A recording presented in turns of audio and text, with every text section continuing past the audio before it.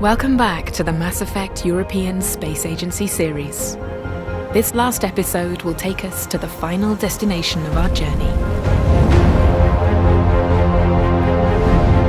In Mass Effect Andromeda, your mission is to explore potentially habitable exoplanets and find out if one of these golden worlds is a safe harbor for humanity.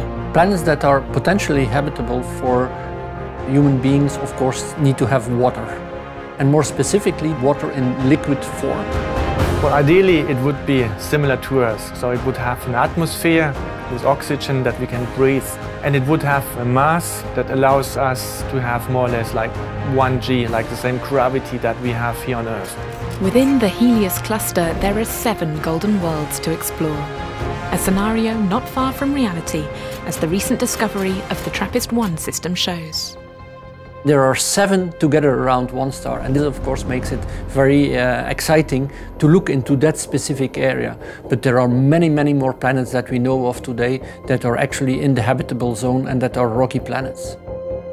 The exoplanets discovered today are the potential golden worlds of tomorrow. That's why scientists are already investigating the technology we'll need to reach and explore those planets.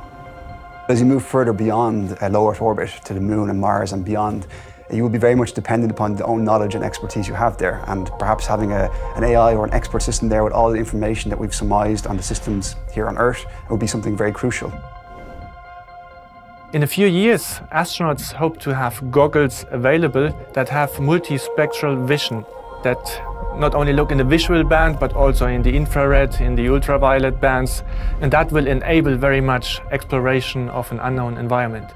As a first step towards exploring new worlds, ESA's Spaceship EAC project is working on solutions to establish the first research outpost on the Moon by the year 2030, with habitats 3D printed from lunar sand. It's a permanent satellite that orbits Earth. It has a number of unique advantages. It potentially may also have resources there that could be useful for fueling spacecraft. What we really want to use the Moon for is a kind of a testing area where we can develop the technologies and the operational concepts that we will need to survive on planetary surfaces. In Mass Effect, ESA will not stop at the Moon, but also establish the first settlement on Mars. In reality, ESA's next step towards the Red Planet is the ExoMars mission. ExoMars is really geared into finding traces of exobiology. So basically finding traces of life. And understanding if there was life on Mars or not is of course essential for us in order to go there.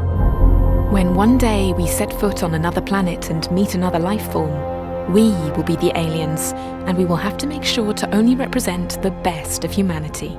That is our true destination. I think it would be a fantastic opportunity for us to meet other life forms, to explain our culture, to explain our history, and then just to know that we're not the only species existing in the universe.